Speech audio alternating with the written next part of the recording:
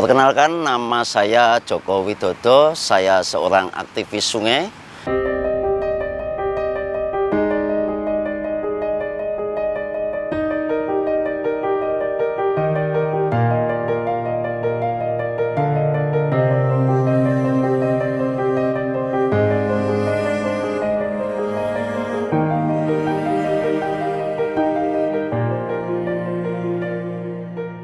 Sebelum jadi seorang aktivis sungai, saya adalah seorang yang suka hobi mancing. Dalam keseharian saya mancing, saya sering kail saya terkena sampah. Dari situ, pada suatu hari saya sakit, dan dalam keadaan sakit, saya pernah bernazar bila saya sembuh, saya akan menjadi seorang aktivis sungai yang kegiatan tiap hari membersihkan sungai untuk mengisi di hari tua saya dan mengurangi dosa-dosa saya di masa lalu. Namun saat saya menjadi seorang aktivis sungai yang kegiatan bersih-bersih sungai setiap hari, tentu ada kendala. Kendala terberat justru dari istri saya yang saat itu selalu ngomel karena memang pendapatan saya masih sedikit sebagai seorang buruh bangunan.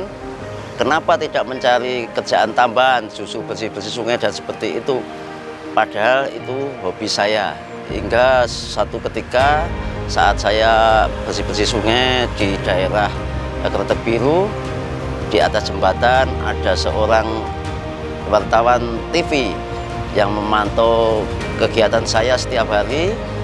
Dan saat berita TV itu tayang, ada seorang dari pimpinan dari BBWS melihat berita itu dan akhirnya mengajak saya untuk bergabung bersama tim BBWS Pekarya Sungai. Dan saya saat itu masuk sebagai pegawai freelance atau banjelan gitu aja saat itu. Setelah berlangsung 1 tahun, ada pegawai kontrak yang tetap keluar, akhirnya saya menjadi petugas pekarya sungai atau pegawai pekarya sungai. Dan setelah jarak sekitar 1,5 tahun di pos pantau Juruk ada lowongan petugas TMA atau petugas tinggi muka air, dan saat itu saya ikut seleksi dan saya terpilih menjadi petugas tinggi muka air sekaligus petugas pekarya sungai di BBWS OP2. 1 tahun saya sebagai petugas tinggi muka air, saya mendapat penghargaan sebagai petugas terbaik saat itu, nomor 1 terbaik. Namun selang beberapa bulan saya ditentukan dengan 2 pilihan. Saya memilih antara pekarya sungai atau petugas tinggi muka air, karena saya sesuaikan dengan hobi saya dan kebiasaan saya yang tiap hari bersih-bersih sungai. Saya memilih sebagai pekarya sungai. Kalau tanggapan orang-orang di sekitar saya itu bermacam-macam. Ada yang menganggap itu kegiatan yang sangat sia-sia atau buang-buang waktu. Tapi bagi saya itu adalah tugas besar. Harapan saya kepada masyarakat, mari kita jaga bersama air sungai.